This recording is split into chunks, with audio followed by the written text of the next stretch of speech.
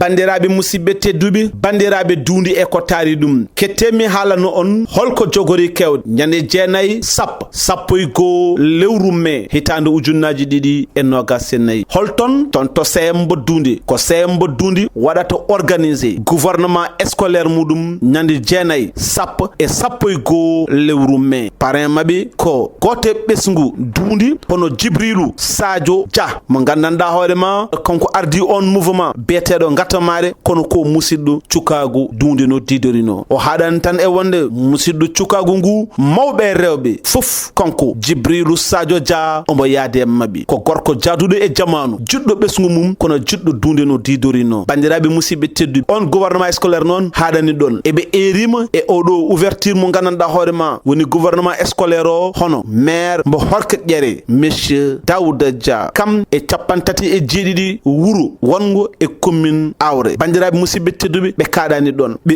inviti hen hono monsieur Abdou Karim Sall maire mbo Mbaw wondude Ousseynou Ba mo gandanɗa hoorema ko chargé de mission du ministre maire de Horkodiéré hono monsieur Daouda Dia bandiraɓe musidɓe tedduɓe wote men lutaɗo ɗiɗo ñalɗi baɗɗi fayida ko ñande jeenayyi sappo e goo lewru mai hitande ujunnaji ɗiɗi e nogas e nayyi toon to Duundi hakkude Djibril Sadio Dia e gouvernement scolaire mbo Duundi.